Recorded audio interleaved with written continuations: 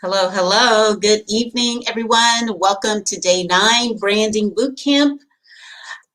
Theresa Campbell here, your group administrator. Welcome. Happy Friday, TGIF. Aren't you glad you made it? We are here. Again, this is day 9, Branding Bootcamp. This week is the Queen's Code. And tonight, the foundation is being laid by none other than Queen Elizabeth I. And I just love her in history. I just love. She's one of my favorite English queens, European queens. And I'll tell you why shortly. While you come in, go ahead and share, like, and comment. Hashtag replay. Let me know that you are watching. And if you are on YouTube, go ahead and subscribe while you're here. Okay, would love to stay in contact, engage, and get to know you. If you are looking for a place to build your business and get branded to a T, look me up at bnextentertainment.com. So this branding bootcamp has really been about laying the foundation for you with regards to your digital marketing, your online space, and really carving out your niche and cutting through the noise and the voices that are out there in the digital landscape. Every industry is saturated. Every industry, there are 10 people doing what you do.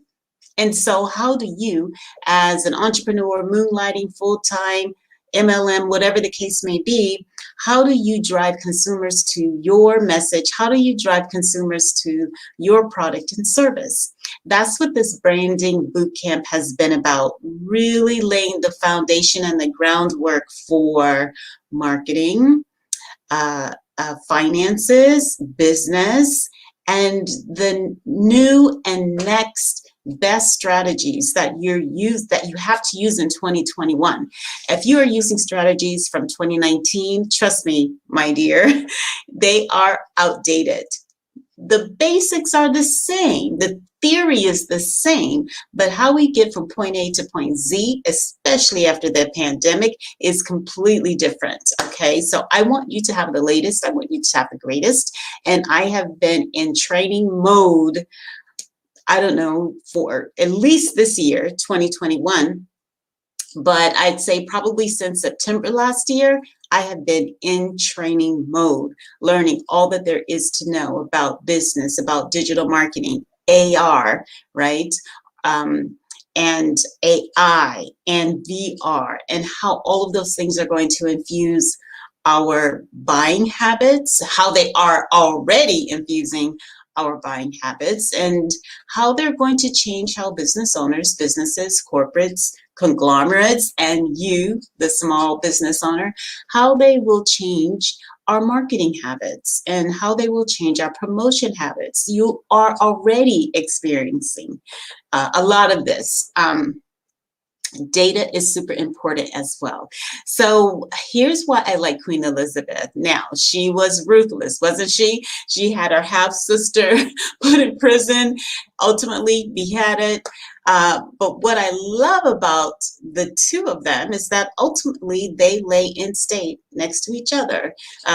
They're buried or interned together at the Abbey, Westminster. And so what I love about Queen Elizabeth, my favorite story about Queen Elizabeth, is when she fought against the Spanish Armada. Okay, and I think at that time, so she became a queen when she was 25. The Spanish War that she fought in, I believe, was 88. So maybe she was in her 40s or 50s at the time. And can you imagine, you're in your, it depends. That day and time, she may have been considered an old woman, right? And she's like, no, I'm going to fight. Give me the armor, give me the sword. And she fought against she fought against another army from another country. And they won, okay? And she goes down in history as a queen who fought and took up arms to protect her country against another country, an invader. So I just love the story of Queen Elizabeth fighting in the Spanish War, defending her honor, defending her country, taking care of her constituents. And isn't that what we do as business owners? We stand up for our clients. We stand up for our purpose. We stand up for our vision. We stand up for our product and our service. And if anything comes in the way that will deter us, will get us off track, will take us off purpose, don't we go to war? Don't we take up arms? Don't we fight back? And that's what this is about. I just love her for that. I love that, she didn't back down when people were telling her to get pregnant and you need a kid and, you've got to get married and what about the throne? And she was constantly pressured. Now, I don't know about you. I do receive some pressure, but I can't even imagine the level of pressure that she must have received as queen of a country and being told that you have to marry, being told that you have to have a child, and she didn't. Now, there are historical accounts, right, of her soirees, but suffice it to say that she stood her ground, and she was a woman who knew exactly who she was. She knew exactly her mission. She listened to God. She heard God, and she only did what she was moved to do. And I just love her strength, her vitality, and her ability to stand her ground with what she wanted to do and not be persuaded by other people. Love her for that. Okay, so that's why she is included in this week's Queen's Code, Queen Elizabeth I, and she reigned for a very long time. Again, she became a queen when she was 25, and so 1558, and she did not pass away until 1603. So she reigned for 45 years. All right, so tonight, I also want to say just a little bit, my dear queens, women entrepreneurs, business owners, power brokers, boss ladies, divas, and everybody in between. All right, so don't come at me because I said the word diva. I'm just saying it, all right? For all the spiritual new age, just leave it alone. So you are going to have to do battle with yourself first. You have to do battle with what's going on in here first. And you need to do battle with what's going on in your soul first. Before you tackle anybody else, before you try to say, she's doing this, I can do it too. Before you try to say, I'm going to do XYZ and then, 6 months later, do something else when you haven't even finished the first thing. You have to tackle your own demons first. You have to go to war with you first. Look in the mirror and say, am I okay with the lady that's looking back at me?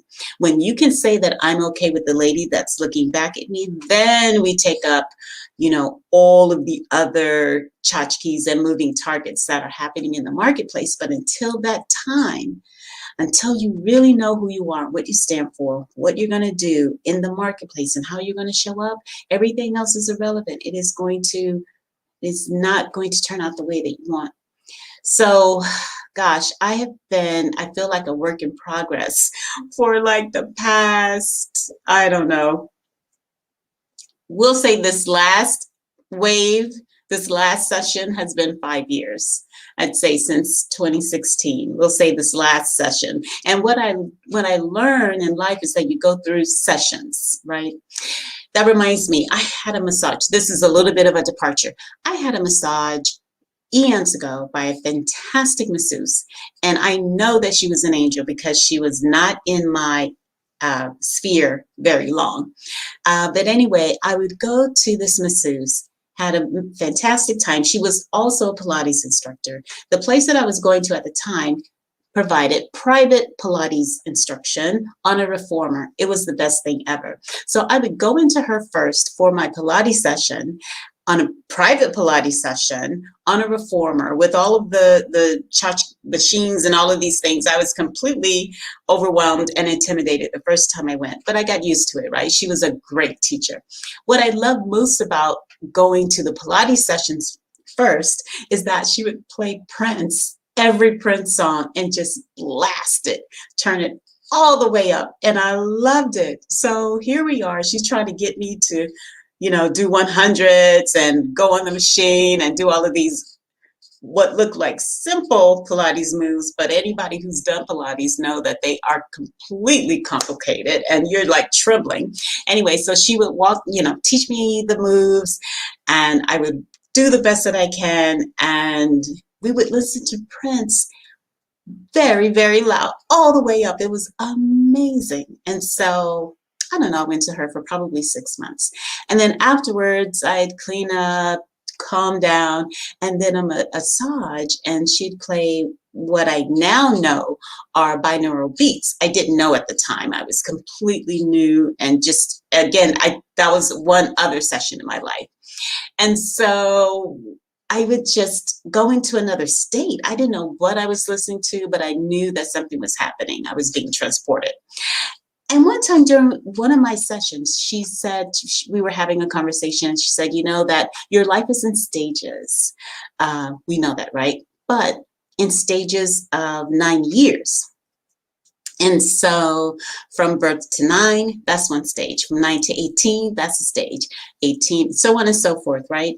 And you can actually plan events in your life based on that. And she said to me that I was in the middle of my arc. We had a fantastic conversation, and that people have, I don't know how many, she said 6 or 7 or so, and that I was in the middle, a little bit slow. I was in the middle, and that I had some learning to do. It was amazing. And now, I swear, 6 months after she moved back to Hawaii, I have not seen or spoken to her since. I would love to be able to speak to her now and see her now, because what she said to me at that time was absolutely true. And now here I am, let's see, so probably 14 years later, in the middle of this phase that she was talking to me about at that time. And so I completely get it. Saying all that to say that you need to allow yourself some grace, give yourself some mercy. It doesn't happen overnight.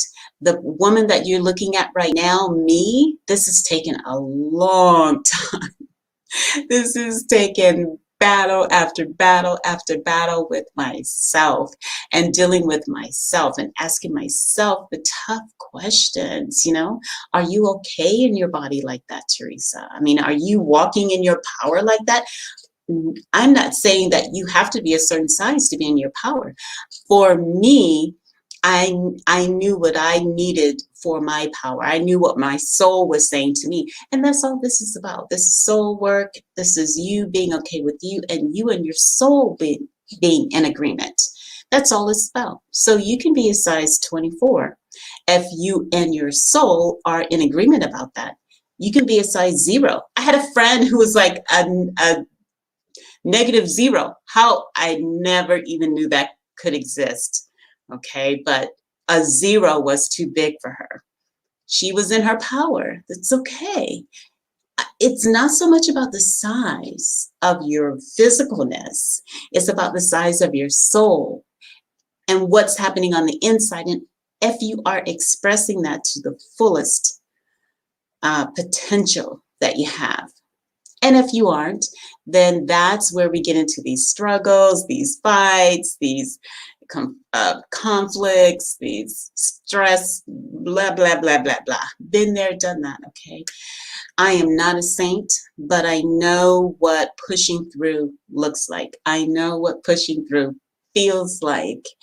And I know what it means to want something really, really, really, really, really, really, really bad, okay? And know that you can have it. That's what all of this is about. So marketing and branding. Tonight, I want to go through really quickly something called the Pirate Marketing Metrics. Pirate Marketing Metrics. And it's called R. Literally. All right. So Pirate Marketing Metrics. I spent more time on my intro than I expected. So I'm going to go through these really quickly. Again, maybe I will revisit this revisit the pirate metrics because they are very important. I will not be streaming tomorrow or Sunday. I will be back on Monday, okay? So pirate metrics, what does that mean? Again, new ways to market, new phrases and terminology that you need to know, okay? So it stands for awareness, acquisition, activation, okay? Revenue, we all know that. It stands for revenue, it stands for retention, and it stands for referral. Okay, so let me repeat those. The pirate marketing metrics stands for awareness, number 1, activation, number 2, acquisition is number 2, activation is number 3, revenue is number 4, retention, and then referral. It's what we do anyway, but now it's just you have a formula. So let me go through it really quickly. So for very first step, right, is awareness. Awareness metrics are focused on introducing yourself to your potential customers and trying to drive them to take action. This is hi, I'm Theresa. Hi, I'm Jill. Here I am over here, come and like me. That's really what awareness is. You want people to know about you. When they see your logo, they know, hey, that's Jill. When they see your t-shirt, they're like, yeah, I know who that is, okay? And so awareness matures as people become more familiar with your product and your logo. If you see the golden arches, you already know that's McDonald's. Everybody in the entire world knows that. If you see the H for the Honda car, you know that's a Honda. You can look at the little symbols on the front of cars and know what the car is. You don't even need to see the word for the car. Sometimes their icon is so mature that we just know what it is, right? So the first step is awareness. Now, here are some metrics that you're going to track when you are in the awareness phase. And these are literal steps, one right after the other. You can't skip these, really. If you're skipping, you're going to miss some clients, okay? And your marketing will sound just disjointed. You'll sound like you don't know what you're talking about. I'll just say it that way. All right, so some awareness metrics include impressions on your website, click-through rates. You've heard about this. How many people are clicking through CTR, attention minutes, how many people are visiting your site, how long are they staying on a specific page? I spoke about that a little bit earlier in the week. Are they sharing? Are they liking? These are just vanity metrics, right? This is where vanity metrics come into play when you are trying to create awareness. Other than that, vanity metrics mean nothing. All right, so channels that you're going to use when you're trying to build your awareness: SEM, AdWords. If you have the budget, of course, you're going to spend money in Google to pay for certain words. Word of mouth, retargeting is key here when you're trying to build awareness, and maybe you have some type of affiliate program, meaning brand ambassadors to help you get the word out. So the next, you're creating awareness, people know about you, now you want to acquire customers. This is called acquisition marketing, okay? When you can target customers as individual users and measure their results. This is the key part here. You don't want to just, oh man, this really drives me bananas when people have a promotion or they're working on a campaign and they did great on the campaign, but there's no data. So you really can't replicate that. You need data so that you can create a system. Remember, we talked about that in the Lean Canvas. It's about systems. It's about entrepreneurship management and being able to replicate what works. All right, so you want to measure your acquisition. Acquisition is your first transaction with the user, your very first transaction with the user, okay? So only instead of exchanging money for a product or service, you are typically exchanging some form of content, i.e. this video, right? For their permission to message them again in the future. Knowing customer personas here are Really key. You need to know who your consumers are. Again, you need to know what's driving them, what keeps them up at night, their pain points, the words they're using, psychographics, right? Not only just demographics, so that you can speak their language. You want to talk the way that they talk, look the way that they look. And so what I want to say here about content is that you really want to create a campaign where you can capture an email or a phone number. You see a lot of SMS right now, and I am in the participating in a seminar that has a great SMS campaign. I'm absolutely going to copy it. So this is where SMS comes in handy. You've heard of lead magnets, squeeze pages, all of these things. That's where acquisition comes in. So some acquisition metrics that you're going to measure. Again, new leads, how many people are joining to your email list, subscribing, how many email addresses do you have, how many phone numbers do you have, so on and so forth. And then channels that you can use for acquisition. Again, I mentioned lead magnets, right? Here's a worksheet. Here's a checklist. Here's an ebook. That's what I mean by lead magnet, a webinar, a challenge, so on and so forth. You have a landing page for optimization. Again, you want to make sure you can measure your data. Okay, that's activation.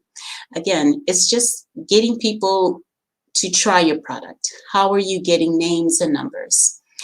All right, so the next, so again, these are pirate metrics. We are talking about awareness, acquisition. Now we're going to go to activation. Activation is the process where people are actually trying your product. They go to your website, they call you, they schedule a discovery call. They're like, yes, here's my credit card. That's really what you want. So getting users isn't enough. Having a 10,000 list, a 10,000 email address list means nothing if you can't monetize it. I am all a big believer in monetization. I love lead generation. I love customer acquisition and activation. So again, it isn't so much having a big list if you aren't able to monetize the list, which means you've got to find the value in the list for your consumer. Again, you've got to know who you're talking to. You've got to know what they want, what they need. So if you are in the activation mode, here are some metrics that you're going to pay attention to. Again, how many people are signing up, how many people are interested, how many people are clicking. When it comes to your, say you have an event, how many people are putting a deposit down? Just again, you need to have your data. You need to integrate with the platform that's giving you the data you need to make quick adjustments. Remember what I said in the lean canvas, you want to be able to move fast. It isn't anymore where you take 3 months, 6 months, 9 months, and a year. You can create a campaign in a weekend, launch it, and the next weekend, analyze your results and pivot, make changes immediately. Doesn't take that long. Now, you've got to have some content. You've got to have some photos. There are some things you have to have in place, right? You can't just pull the trigger if you have nothing. But if you've been doing this for any measure of time, you've got some photos, you've got some content, you have an ebook, you have a checklist, you have some things to work with, then absolutely in 2 weeks to a month, you can pull the trigger, pivot, generate some income. You can generate income within a week. All right, so some channels to work on. Again, user experience, features, blogging, videos, customer success stories, social proof is handy here. Any type of way where you can prove and make sure that your consumer is trusting you. That's what I want to say here. All right. So customer success. You know, if someone has bought your dress and they took a picture in your dress, ask them to tag you. If somebody paid you to build a website and their website is great and they're generating interest and revenue, you know, share the story. Ask them if you can share the story. That's what it means by, again, acquisition and how, and the channel that you use to prove that and show your know, like, and trust. All right. So the next is everyone's favorite. Everybody knows this and they jump right into R, the revenue. This is, as you can see, in the middle. You want to nurture your audience first. Remember, we talked about that again during the first part of this boot camp. So you really want to go through your awareness. You really want to go through your acquisition phase and your activation phase. Focus on those three first. Again, awareness, activation, acquisition, and activation. Focus on those three first.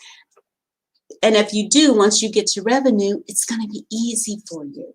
Okay, so revenue is the easiest stage, right? It is when your contact finally says, here's my credit card. Some revenue metrics, how many people are buying, the cost to acquire that purchase or that customer. So if you're spending $20 to acquire a customer and your product is $10, you need to rethink that. This is why I don't tell everybody to go out and purchase Facebook ads right away, or even Instagram ads in general for that matter. It really needs to make sense for your product and your service. It needs to make sense as far as where you're at in your marketing journey. So if you're spending $1,000 in advertising monthly and you're not generating $1,000, then you're losing money. You need to rethink how you're spending your ad dollars, okay? So it doesn't always work. You really need to pay attention to, you really need to know what you're doing, okay? Because it's super complicated. So channels you're going to work on when it comes to revenue, of course, this is super easy. Wherever you can sell, whatever your channels are, go back to the lean canvas. If you've got an e-commerce site, or you're selling on Facebook, or you're selling on Instagram, or you're selling brick and mortar, you're selling live, it depends. That really is dependent upon the lean canvas, okay, with regards to the channels that are appropriate for your revenue. And then the next is retention. It's not so much that you want to just have a one-shot deal and wham, bam, thank you, ma'am. You really want customers who are going to stick with you and buy from you over and over and over. When they need that product or service, whatever it is they purchase from you, when they need it again, you want your company, your business to be the first business that they think of.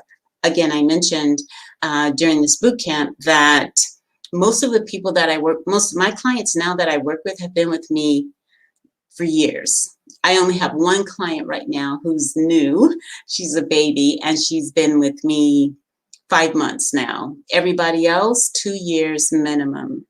And you want that, you like that. You begin to know each other, and you know what they need, you know what they want. Now, of course, this depends on your business, but I'll even say for a product business, for like clothing line, there are some small boutiques, some small business owners that I purchase from over and over and over because I just like the quality of their clothes.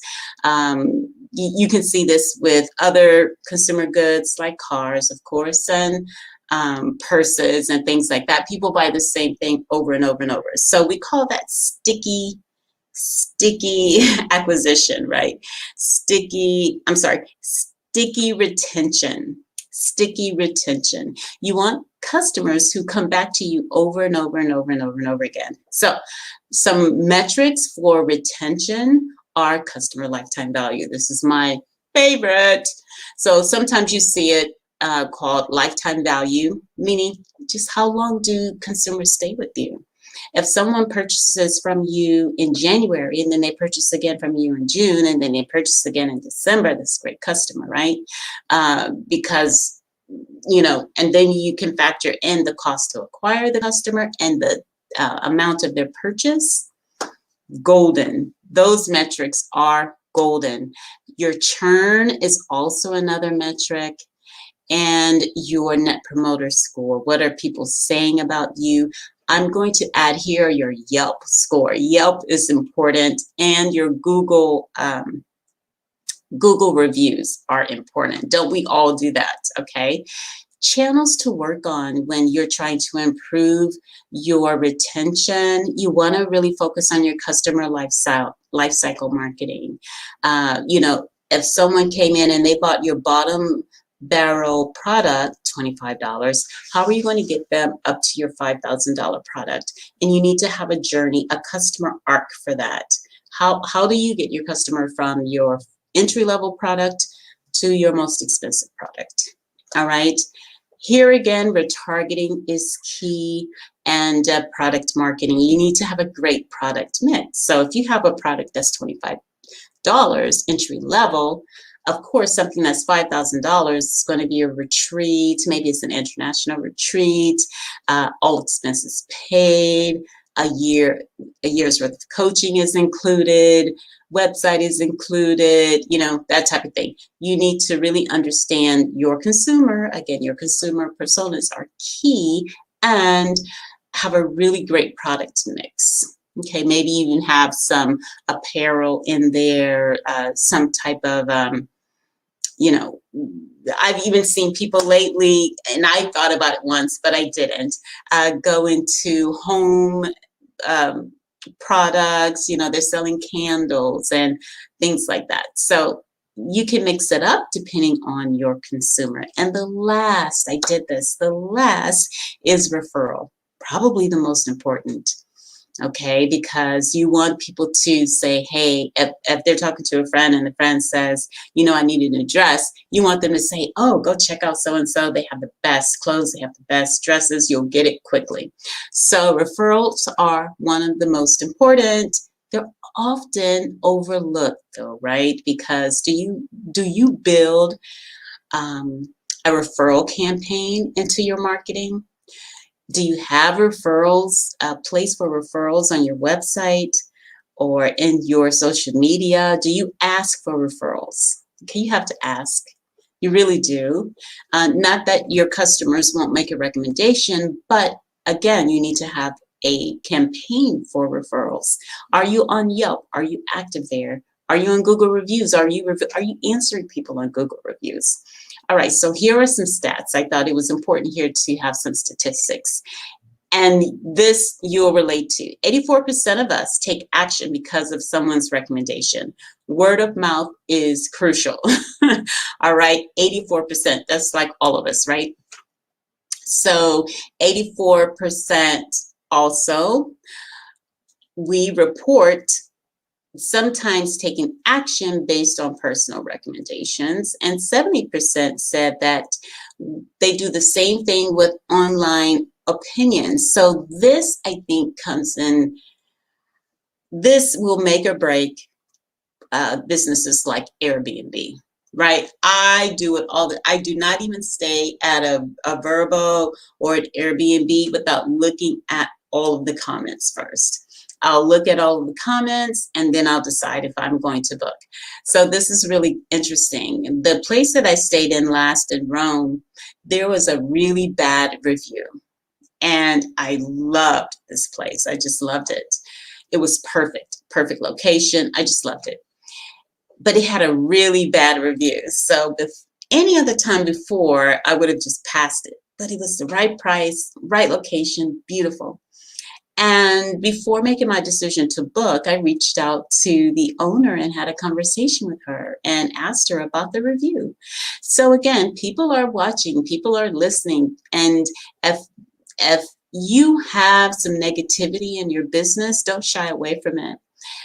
Own it, take care of it, call it what it is, and just be put on your big woman pants, okay, and deal with it. It's okay. It comes with the territory. It really does come with the territory. If your business has been smooth sailing, no problems, no backlash, no negativity at all, I like to really know what type of business you're in, all right? You'd be hard-pressed to find one business owner that hasn't dealt with some negativity, some bad review, some customer that wasn't happy. And I'd say get to that point, because that teaches you who you are as a business owner, as an entrepreneur. All right, so some referral metrics that you're going to measure.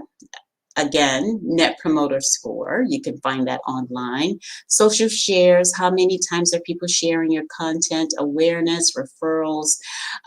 Try SproutSocial.com. It's a software online that I enjoy using. Try Sprout Social. Really get a handle on your voice in the marketplace. And I could go all the way, you know, on this scission and things like that, but I'm not going to do that. Just be aware of, you know, your reputation marketing. And again, this is just referral marketing. You can actually even build it into your affiliate campaign or your affiliate marketing, however you structure that. So this is pirate marketing metrics. And it stands for, again, awareness, activation, acquisition, revenue, retention, and referrals. That's what we're going to talk about tonight. We talked about Queen Elizabeth I, how I love her, how she fought for what she stood, what she believed in. She stood up for her own self. She stood up for her rights. She didn't let anybody force her into marriage or having a baby or doing anything that she didn't want to do. Okay, she was a fighter. She was a warrior. Okay, she was a warrior queen.